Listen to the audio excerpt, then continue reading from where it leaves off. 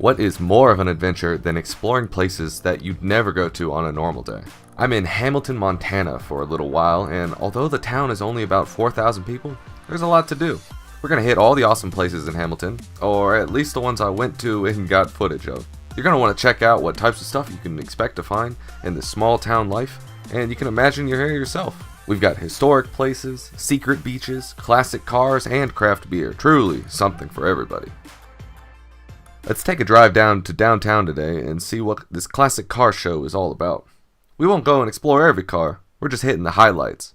But you can see how there's all types of newer sports cars and a real collection of classic beauties. Now, I'm not a car expert, but this looks like the type of Cadillac Elvis used to drive. I love the classic leather style interior, and the dice hanging from the mirror are a really nice touch. I used to have dice in my very first car before the Florida sun, melted them. Now, this is a treat. A classic 1917 Model T. Now, if you like cars, or even if you don't, you probably already know what this is. It's not the first automobile. They had already been out for decades, but it was the first one built for the everyman. A car that people could actually afford, which was Henry Ford's magnificent strategy for business. If you're looking to collect one of these things, you're looking at anywhere from $10,000 to $40,000. 101 years later, and they're still selling. I love the style of the 1920s, aesthetics and car designs and outfits, and just the general atmosphere. I'd like to show a clip of HBO's hit show Boardwalk Empire about bootleggers, which takes place in the Prohibition era.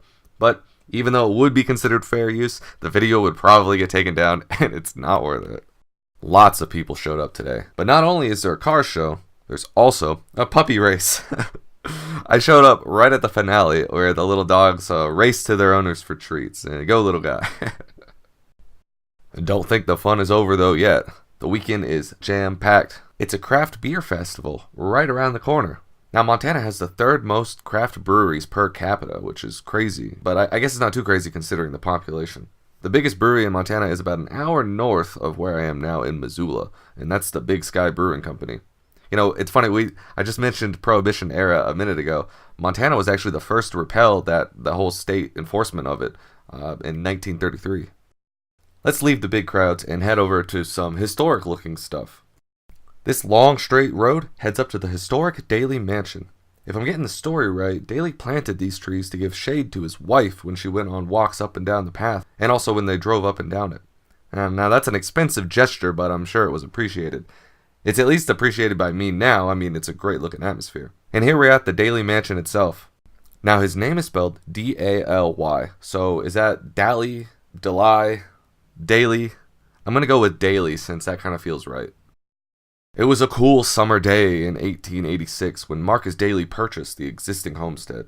And that included the farmhouse, and he had it completely remodeled by 1889, which is only 3 years. That's crazy.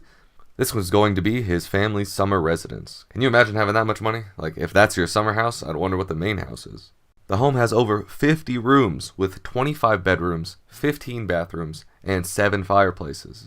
They give tours of the inside, but they were closed the day I was here. Although, the view itself here is worth the quick drive over here. Look at this amazing view of the fields and the mountains. I'm not even changing the colors or anything in this video, and it looks so vibrant. It's so saturated with color.